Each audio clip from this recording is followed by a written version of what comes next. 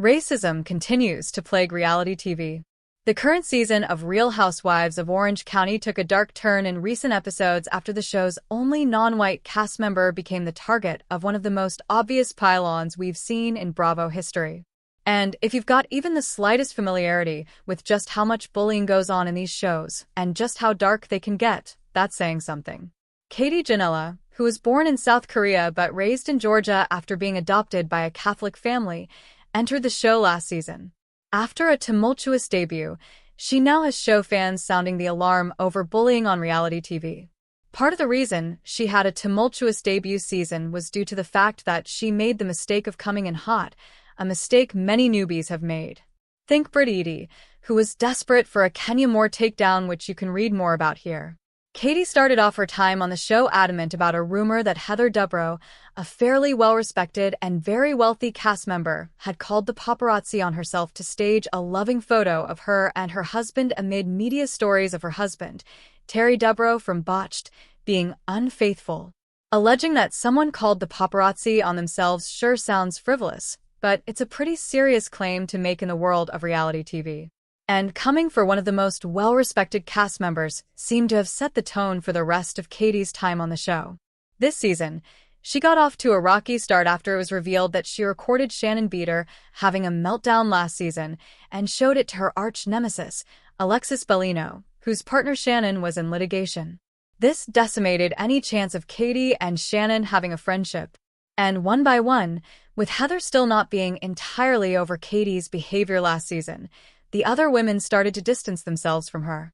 The biggest divide between Katie and the group came this season, when it was revealed that Katie had spoken to a blogger and said that Gretchen Rossi told her she felt she had been drugged after a night of partying with Tamra Judge nearly 20 years ago, when she was first on the show. This was a very serious allegation to make against Tamra, so fans are theorizing that Gretchen is trying to cover her own ass by making it look like Katie lied.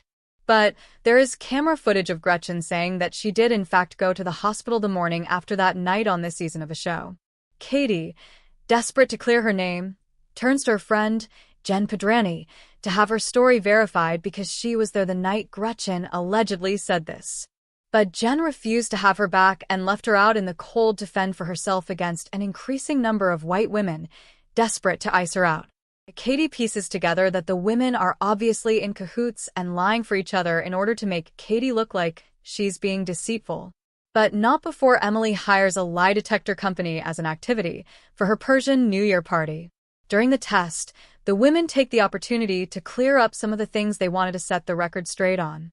Heather was vindicated from the rumor she called the paparazzi on herself, and Gretchen even passed when asked about the night of partying with Tamra Judge. Out of all the women, the only person to fail the test was Katie.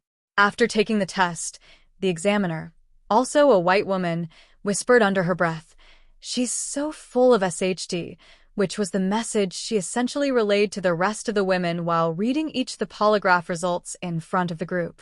After it came out that Katie lied, she was voluntold to leave the event. Outside, she spoke to producers, adamant that she didn't lie. A few days later, she met with Jen Pedrani and brought with her a folder of information on the man and woman who had conducted the test, highlighting that the nature of their business is primarily for entertainment. I, myself, have seen the guy that conducted this lie detector test on quite a few reality shows before. The group, sans Katie, has moved on, and all the women, even Gretchen and Tamra, are now working through their issues. To add insult to injury, at the end of the last episode, they said, "The gang's all back together." So, what does all of this have to do with racism? It's that it follows a very specific and calculated formula of isolation that we've seen marginalized women endure in these spaces. And it's an indication that the team in charge of casting doesn't do their due diligence to protect these tokenized, diverse women they keep bringing in from the inevitable racism and microaggressions they will face. We saw it with Ebony K. Williams, who became the first Black cast member on Real Housewives of New York. During her season, she had to sit through conversations with Ramona Singer, who insisted that the examples and statistics Ebony was citing about the experience Black women had in hospitals during childbirth were made up.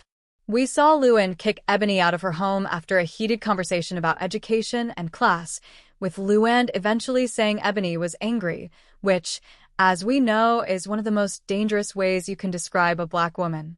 It's all very similar to the way Katie was ousted from Emily's house. We also heard the microaggressions over on Real Housewives of Beverly Hills, night out in Harlem. Garcelle Beauvais, who, for a while appeared to be enjoying her time on the show, ended up stepping away after being labeled a mean girl by Kyle Richards and uninteresting by Erica Jane at the last reunion where she, like Katie, was the target of an apparent pile-on. And again, much like in Katie's situation with her perceived friend, Jen, Garcelle turned to her friend Sutton, but Sutton didn't stick up for her in the least. In 2021, Lean In released findings from a study that looked at the experience black women were having at work, finding that there is no single story. And while it's obvious the work they're referring to are likely office jobs in corporate America, there is something to be said about the similarities in the experiences all black women have, whether their office is in a downtown high-rise or a reality TV setting.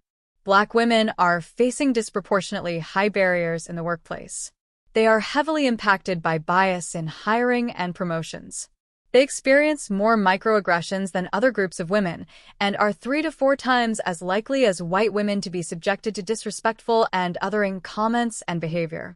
They are also less likely to report that their managers check in on their well-being, the study's findings read. Every last component of this can be applied in a reality TV setting. And despite Katie not being black, she is the sole non-white cast member of an otherwise all-white show. That comes with implications. One microaggression Katie's castmates are having a hard time understanding is when Gina asked if Katie's clothes were made by an Asian designer. Katie made it a point prior to filming that she'd be using her time on the show to highlight Asian designers. When Gina posed the question to Katie about whether the designer was Asian, it came off as offensive because of the tone in which she said it, which was mockingly. Gina admitted to saying it, but rather than acknowledge how it may have been offensive, lambasted Katie for sharing that information with other people in an attempt to make her look bad, when that wasn't necessarily Katie's intent at all. She was just rubbed the wrong way by Gina's remark. This is how women of color are expected to put their own feelings and reception to something offensive to the side as to not run the risk of ruining someone else's reputation, when the onus should be on the person who said it to take accountability instead. As much as I am referring exclusively to shows on the Bravo network, these experiences happen across reality TV, dating as far back as Dance Moms.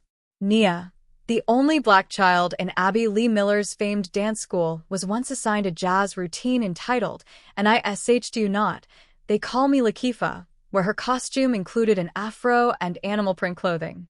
Currently, I'm watching the latest season of MTV's Jersey Shore, and Pauly D's longtime girlfriend, Nikki, was the sole black contestant on Double Shot at Love. Against a cast of mostly European women, Nikki butted heads with so many of her counterparts, largely due to cultural differences, but also due to flat-out ignorance and microaggressions she faced on a daily basis. In a clip covering an argument Nikki was involved in, the mere title is problematic. It reads, "Susie stands up to Nikki." But at its core, that wording insinuates that Nikki is the aggressor, but Susie made the first dig. Honesty, or at the very least, neutrality, is key. And it is absent. And that is part of the reason racism and microaggressions thrive so much in these spaces. It's not uncommon for people to identify with what we're most familiar with what shares the most likeness with us, with what we see ourselves in. That's why it's also fair to highlight that this goes the other way, too. Several years ago, when Kim Zolciak was the lone white cast member on Real Housewives of Atlanta, she was often the target of insensitive humor and remarks about white people. Even in a cast of all black women over on Real Housewives of Potomac, colorism has reared its ugly head with half the group being fair-skinned and half the group being dark-skinned. All of this drives the point home even further. In order to not continue putting women like Katie, Ebony, Garcelle, Nikki, Kim, and so many others in spaces and groups that could be detrimental to their mental health, the casting scales need a lot more balancing.